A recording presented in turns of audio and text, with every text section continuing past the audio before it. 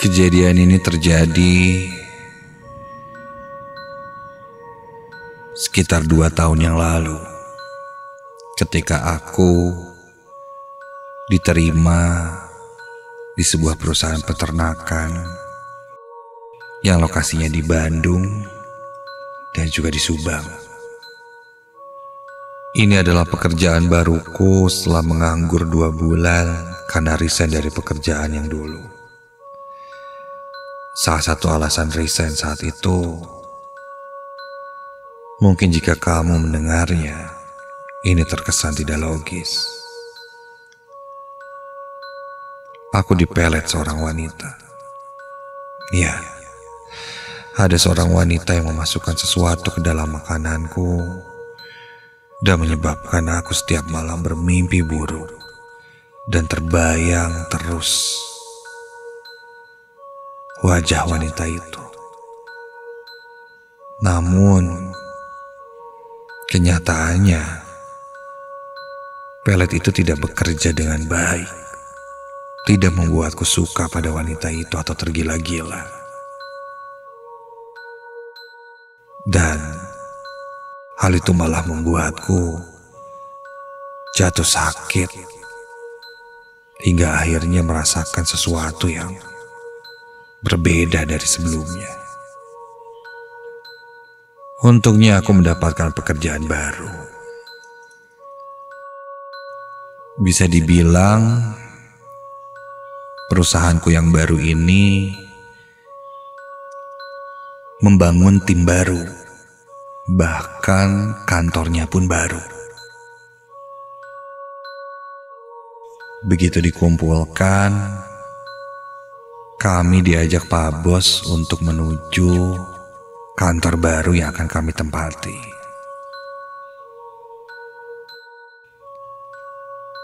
Kantor baru kami ini bentuknya sebuah rumah cukup besar dengan 2 lantai yang terletak di Bandung Utara.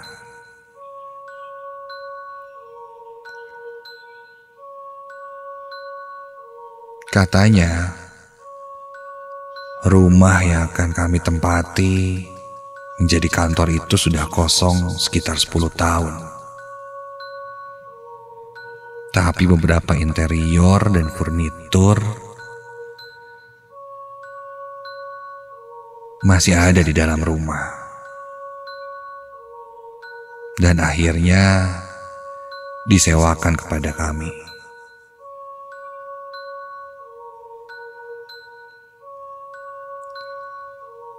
Pak Bos pun meminta kami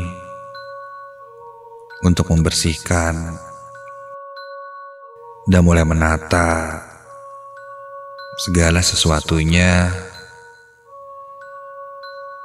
dan siap dijadikan kantor. Ketika aku membereskan rumah ini, terlihat sangat lawas, dari furniturnya, bentuk dapurnya, ya segala sesuatunya bisa dibilang kuno. Bahkan lukisan-lukisan yang tergantung di dinding pun terlihat sudah usang. Tanpa banyak memindahkan barang dan hanya menyapu, mengepel, dan menata ruang depan, kantor pun selesai. Ruang yang kami pakai sebenarnya hanya ruang depannya saja. Dan sisanya untuk yang pendatang atau rumahnya tidak di Bandung bisa sekalian menginap dan disediakan mes di rumah itu, karena memang banyak sekali kamar dan ruangan. Tapi entahlah, aku memilih untuk pulang saja ke rumah, karena sekilas kantorku itu menakutkan. Begitu pikirku.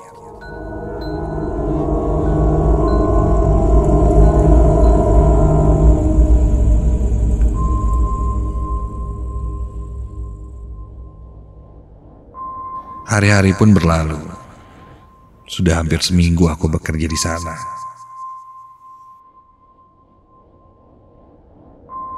Tim perusahaanku yang bekerja di kantor itu hanya terdiri dari 5 orang saja. Dan aktivitas kami lebih banyak di ruang depan, sedangkan ruang-ruang lainnya jarang kami datangi.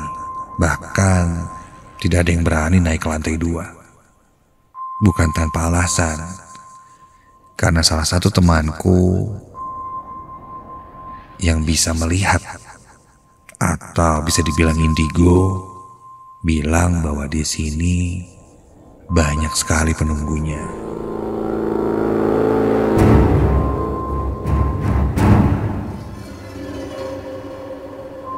Dan dia mengatakan banyak yang memperhatikan dan selalu melihat, terutama kepada aku.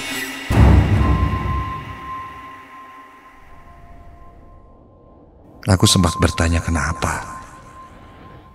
Mendengar itu bulu kuduku berdiri, merinding. Tapi ya sudahlah. Ya, aku pun percaya hal seperti itu memang ada.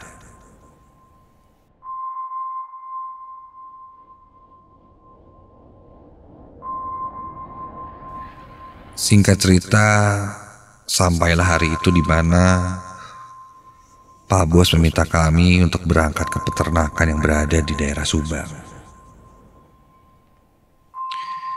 Kami berencana berangkat jam 8 malam dan berkumpul di kantor.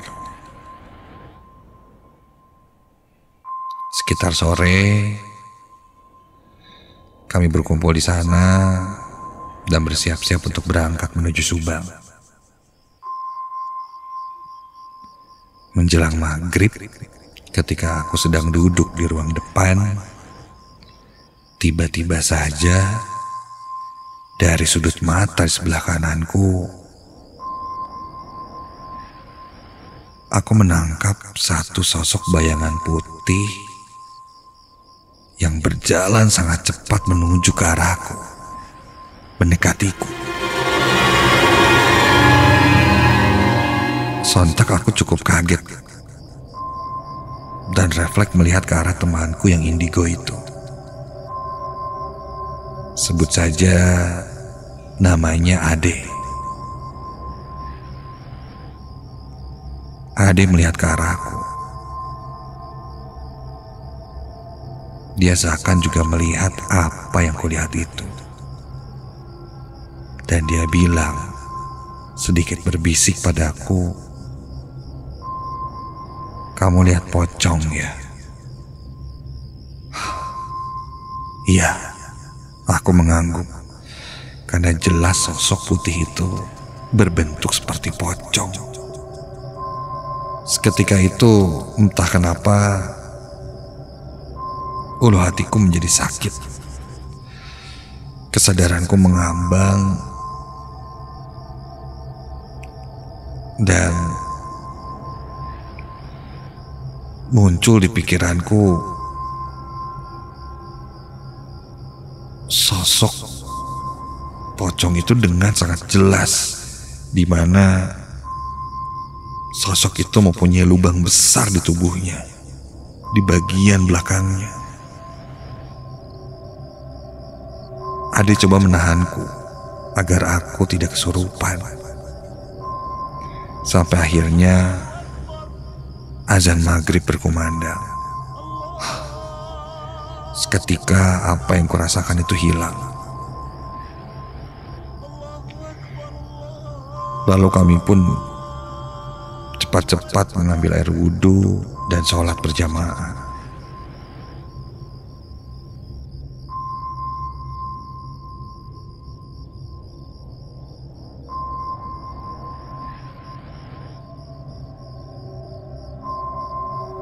Setelah itu, Pak Bosku datang dan kami pun bersiap berangkat menuju Subang.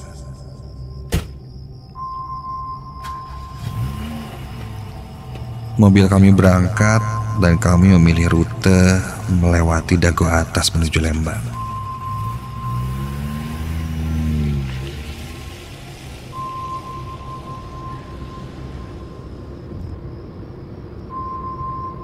beberapa temanku yang lain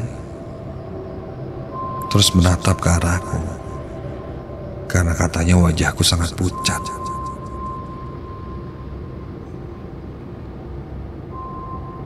Mereka bilang apa aku tidak enak badan. Kalau tidak enak badan, tidak apa-apa, tidak usah ikut. Tapi aku merasa baik-baik saja dan memilih untuk ikut. Mobil pun lanjut berjalan, memotong dari arah Dago menuju ke Lembang. Jalanan sudah semakin sepi dan kami mulai melewati perbukitan yang banyak pohon-pohon besarnya.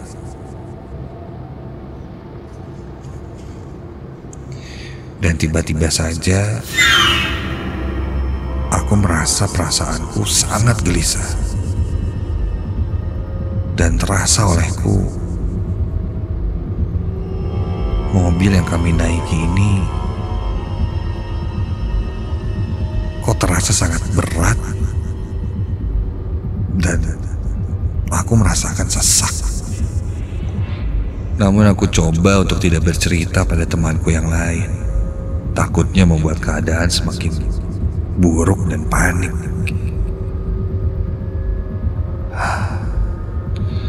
Sampai ketika aku lihat keluar jendela, astaga, aku langsung membuang mukaku karena sekilas ku lihat sosok pocong yang tadi ada di rumahku itu seakan mengikuti mobil dan berada di sebelah pintu belakang mobil ini, beriringan dengan mobil berjalan.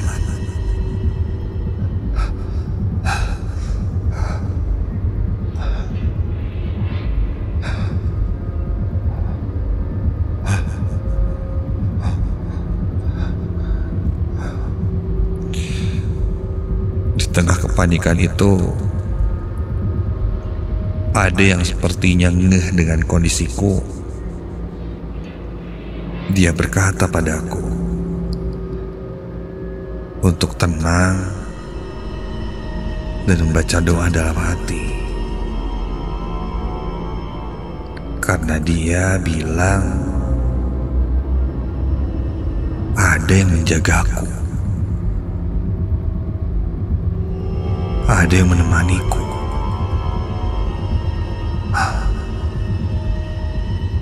Yang dia maksud adalah selama ini aku punya penjaga yang selalu melindungiku.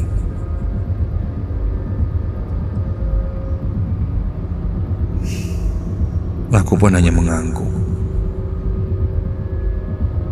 Sampai tiba-tiba saja, entah kenapa aku seperti tidak bisa menguasai diriku sendiri dan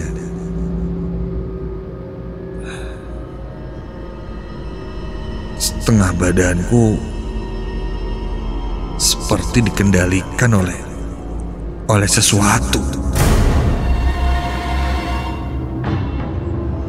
Ketika itu di dalam mobil aku mulai meronta-ronta. Sampai teman-temanku berusaha menahanku. Perasaanku saat itu, aku sadar. Namun, aku juga tidak. Sulit untuk menjelaskannya. Aku tahu ada sesuatu yang masuk ke dalam tubuhku sehingga aku tidak bisa mengontrol tangan, kepala, bahkan aku tidak bisa berkata apa-apa. Dan ketika itu, aku mengucapkan sesuatu yang sebenarnya itu bukan aku.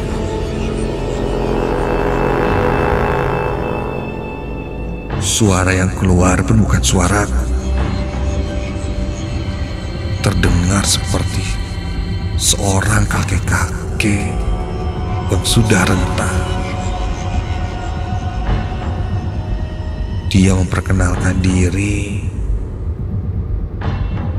dan bercerita bahwa aku seharusnya tidak boleh menuju Subang. Aku merasakan orang-orang syok, kaget mendengar aku berbicara seperti itu.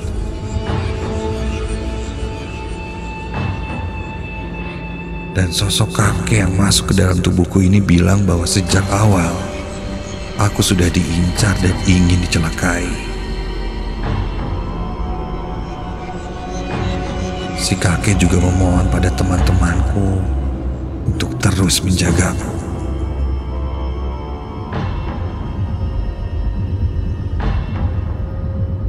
Hingga tak lama,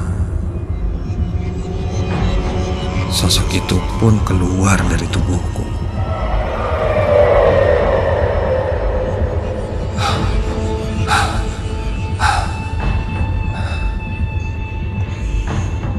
Perjalanan pun berubah menjadi menegangkan. Kehadiran kakek yang tiba-tiba saja muncul dan bicara seperti itu membuat teman-temanku waspada. Mobil pun melaju meninggalkan Lembang. Kami menuju tanjakan yang cukup terjal. Dan ketika menuju tanjakan itu, tubuhku semakin berat. Kesadaranku kembali mengawang-awang.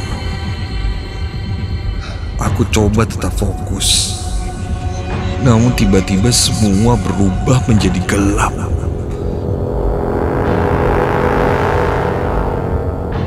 Dan saat itu terlihat olehku satu sosok perempuan yang semakin lama semakin jelas terlihat duduk di atas kap mesin mobil yang sedang melaju.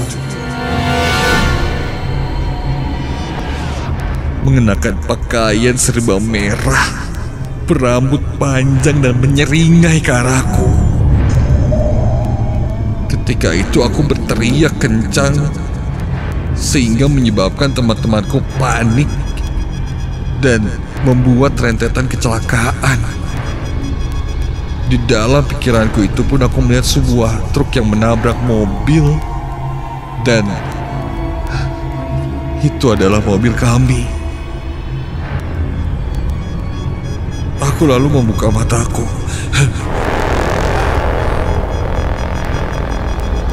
Dan semuanya masih terlihat normal. Apa mungkin yang terjadi di bayanganku itu adalah hal yang akan terjadi selanjutnya? Aku ketakutan. Di bayanganku muncul mobil ini akan kecelakaan. Sampai di tengah ketakutan itu, di pinggir jalan itu terlihat seseorang memakai baju putih melambaikan tangannya, menyetop mobil kami.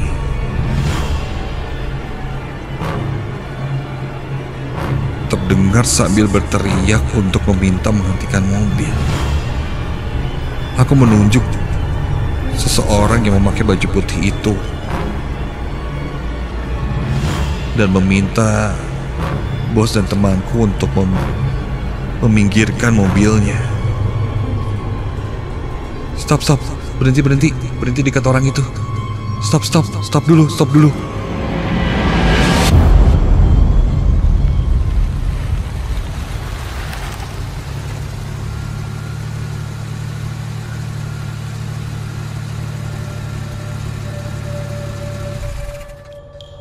Mobil pun berhenti di pinggir jalan.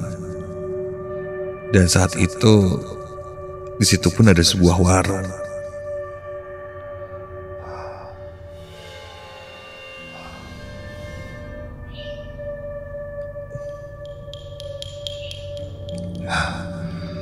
Dan ketika aku sadar, sosok berbaju putih itu sudah tidak ada.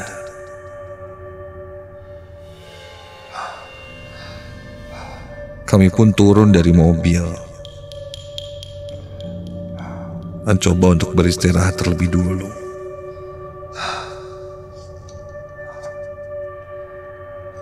Teman-temanku coba menenangkanku, memberi minum air putih,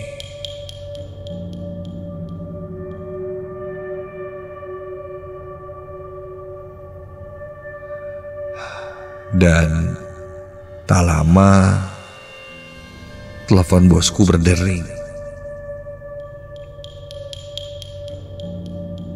Ternyata kepala peternakan di Subang sana menelpon dan bilang bahwa kami tidak usah datang ke Subang karena situasinya sedang kacau. Situasi sedang kacau. Banyak bunyi benda-benda jatuh dan suasana tidak kondusif katanya di sana. Dan meminta kami untuk putar balik saja kembali ke Bandung.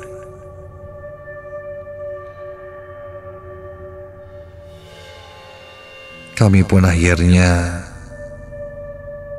putar balik kembali ke Bandung. Sepanjang perjalanan menuju Bandung, aku merasa kaki, perutku, dan segalanya terasa sakit. Tidak berhenti berdenyut.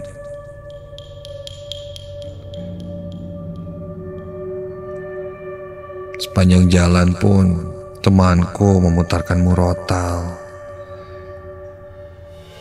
Dan Ade berpesan padaku untuk jangan melihat keluar jendela mobil.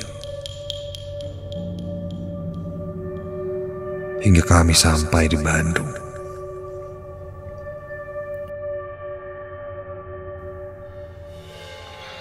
Keesokan harinya, Ade mengantarku untuk bertemu seorang ustadz. Karena semalaman katanya aku mengigau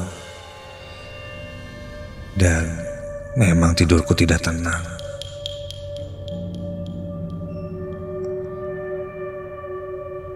Pak Ustadz itu pun mencoba untuk menerawangku. Dan dia bercerita bahwa aku sudah diincar sedari awal masuk ke kantor mereka. Karena aku membawa sesuatu yang berbahaya.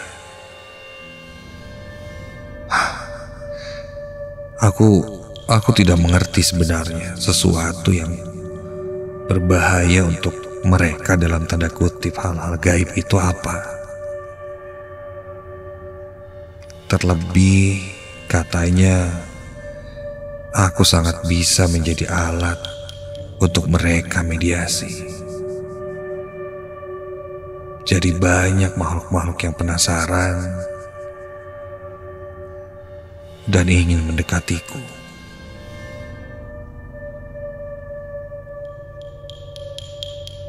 Dan hal ini ternyata adalah satu buntut dari masalah yang dulu pernah terjadi pada aku.